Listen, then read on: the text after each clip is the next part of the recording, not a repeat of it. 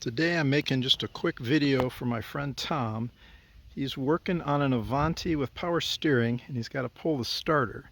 And he's having some questions on how to get at the top starter bolt with a power steering setup. And since I don't have an Avanti here, but I do have a 64 convertible and they have the same chassis, it's got that X-member frame, and this is a power steering car, I thought that's pretty doggone close. So I'm going to crawl underneath and kind of highlight where that upper starter bolt is and how I get to it. Now there we've got the lower starter bolt. Actually, you can see the nut right there. Try to reach around here with my fingers. This is the lower one. This is the starter right here, and then you've got the bell housing. Up here is the upper one. You can see it just right through there. I'm going to reach through here. I should be able to point at it if I can get my hand through here. There we go. That's the upper one right there. Now what I'm doing, there's a flap inside the fender right here.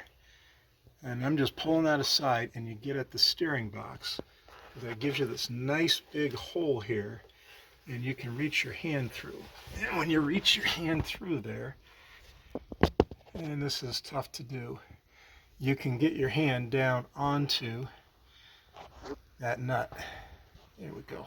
It's not focusing great, but you can see my fingers on that nut. And that's an 11/16. So you can get on that with a socket or a wrench.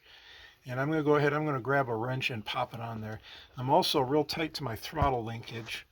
I'm going to try to spin around so if I can see that. I'm not going to be able to get that in there. So anyway, let me get a wrench in, and we'll show you how I get a wrench on that.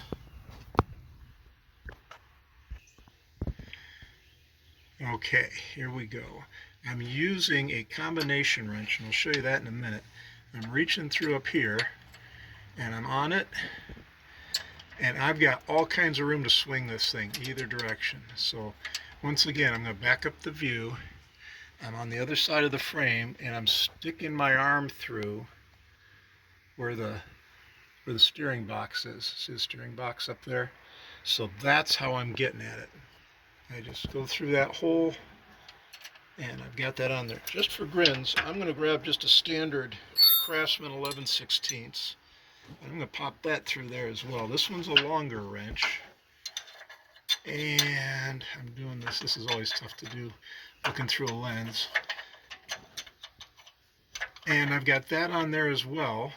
There you go. You can see this is the throttle linkage right here where my thumb is. But the shorter wrench makes a difference. So I'm going to back up here. I'm going to show you a couple different wrenches. I'm going to show you the one I prefer. So I grabbed 3 different wrenches. This one's got a ratcheting end.